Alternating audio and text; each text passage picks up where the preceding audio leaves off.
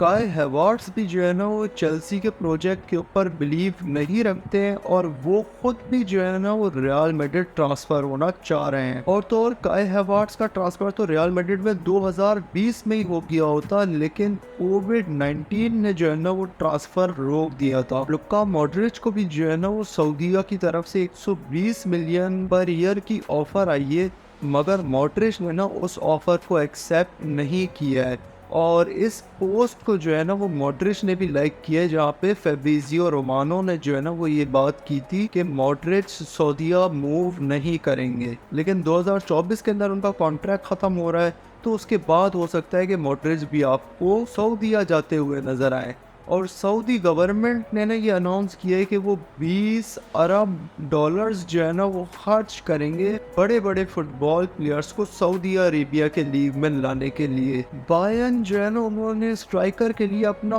First priority बना लिया है यहाँ पे डुसान व्लाहोविच को, क्योंकि उनका जो स्ट्राइकर है चुपोमोटिंग उसने सिर्फ 10 गोल्स मारे हैं बुंडेसलीगा के अंदर, और जहाँ उनको लेवेंडोव्स्की 25-30 गोल्स करके दिया करता था वहाँ सिर्फ 10 गोल्स आए हैं उनके चुपोमोटिंग की तरफ से। तो जाहिर सी बात है उनको स्ट्राइकर की ज़रूरत थी और अब उन्होंने फर्स्ट प्रायोरिटी दुसान व्लाहोविच को बना लिया है। और यहाँ पे एटलेटिको मैड्रिड भी जो है ना वो भी मोराटा और कैश जो है ना वो ऑफर करेगी यहाँ पे यूवेंटस को, ताकि वो दुसान व्लाहोविच जो है ना वो एटलेटिको मैड्रिड को दे सकें। और एटलेटिको मैड्रिड जो है ना वो यहाँ पे जो है ना वो टॉप कंटेंडर नहीं नज़र आ रही, क्योंकि ज़्यादातर रिपोर्ट्स ये बता रही हैं और फेब्रिजियो ने भी यही कहा है कि बायर्न की लिस्ट के अंदर टॉप पे है यहाँ पे दुसान व्लाहोविच। तो दुसान व्लाहोविच आपको जो है ना वो बायर्न जाता हुआ नज़र आएगा अगर यूवेंटस एग्री कर जाती है। तो यूएफा ने जो है ना वो बार्सिलोना को जो है ना वो सेक्शन नहीं लगाया है नेग्रीरा केस के ऊपर, क्योंकि नेग्रीरा केस के अंदर जो है ना वो कोई भी एविडेंस बार्सिलोना के अगेंस्ट नहीं मिला था। जो लोग नेग्रीरा केस के बारे में नहीं जानते, मैं शॉर्ट में आपको बता देता हूँ।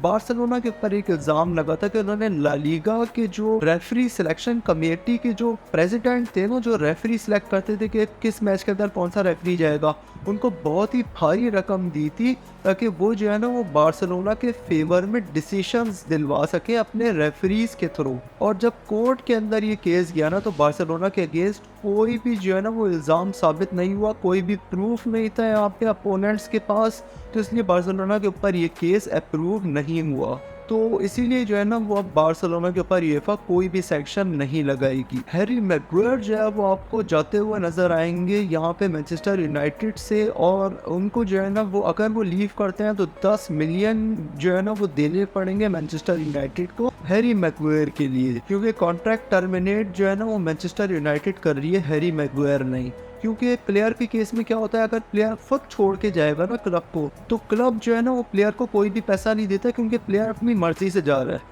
लेकिन अगर क्लब खुद जो है वो यहाँ पे निकालता है प्लेयर को, किसी भी क्लब को बेच देता है प्लेयर को, तो यहाँ पे जो है ना वो फिर पैसा देता है यहाँ पे क्लब प्लेयर को, ये कॉन्ट्रैक्ट के अंदर ही शामिल होता है। जोर्डी अल्बा बार्सिलोना से जा चुके हैं और इंटर मिलान, एटलेटिको मैड्रिड और यहाँ पे बेनफिका जो है ना वो इंटरेस्टेड है जोर्डी अल्बा को ख़रीदने के लिए। और बार्सिलोना के ऊपर तो मतलब कि बहुत कुछ करके जा रहे हैं जोर्डी अल्बा। उसकी वजह यह है कि बार्सिलोना को जो है ना वो कुछ पैसा देना पड़ता, आई थिंक 18 मिलियन देने पड़ते जोर्डी अल्बा को, लेकिन उसमें से ना 60% वेजेस लेने से ना जोर्डी अल्बा ने मना कर दिया है। क्रिस्टियन पुलिसिच जो है ना वो छोड़ के जा रहे हैं चेल्सी को, और यूवेंटस के साथ वो लिंक्ड है।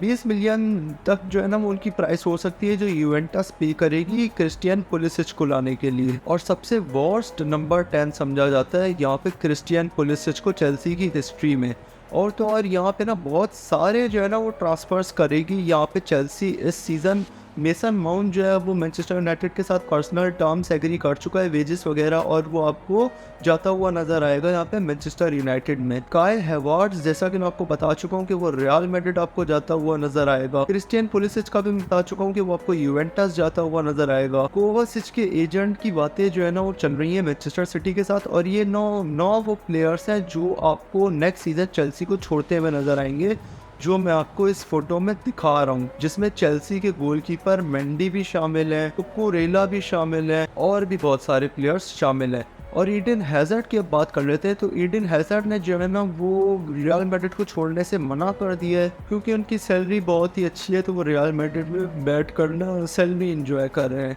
अब हैज़ार्ड को अपने करियर की कोई भी फिक्र नहीं रही है, और क्योंकि सर्जियो बस्केट्स भी जो है वो बार्सिलोना से जा चुके हैं, तो यहाँ पे अब डिफेंडिंग मिडफील्डर की ज़रूरत है यहाँ पे बार्सिलोना को। तो जुबामेंडी, गुंडोगन और किमिक यहाँ पे जो है ना वो बार्सिलोना की लिस्ट के अंदर है डिफेंडिंग मिडफील्डर के लिए आने के लिए। किमिक के ऊपर तो सीधा सीधा स्टैंड है बार्सिलोना के कि अगर किमिक जो है वो आना चाहते हैं और बायर्न म्यूनिख जो है वो उनको सेल करना चाहती है, तो बार्सिलोना नेगोशिएशन करने को तैयार है। गुंडोगन के सामने बार्सिलोना ने कॉन्ट्रैक्ट रख दिया है, और गुंडोगन मैनचेस्टर सिटी में रहेंगे या फिर वो बार्सिलोना जाएंगे, ये वो चैंपियंस लीग फाइनल के बाद बताएंगे। और जुबामेंडी जो है ना वो कभी भी आ जाएंगे बार्सिलोना, जब अगर बार्सिलोना ने ये देख लिया कि अगर गुंडोगन और किमिक नहीं आ रहे हैं, तो फिर कॉन्ट्रैक्ट रखेगी जुबामेंडी के सामने, और जुबामेंडी जो है वो क्योंकि छोटे क्लब में है तो वो फौरन आ जाएंगे बार्सिलोना। एटलेटिको मैड्रिड के कोच डिएगो सिमोन ने कह दिया है कि यानिक करास्को के पास जो है वो बार्सिलोना ज्वाइन करने की अपॉर्चुनिटी है, और वो बहुत ग्रेट अपॉर्चुनिटी है। और चाबी ने इसके ऊपर कहा है कि हम भी जो है ना वो साइन करना चाहते हैं यहाँ पे यानिक करास्को को, लेकिन उन्होंने इन चीज़ों को जो है ना वो नेक्स्ट वीक के ऊपर छोड़ दिया, क्योंकि नेक्स्ट वीक ही बार्सिलोना का जो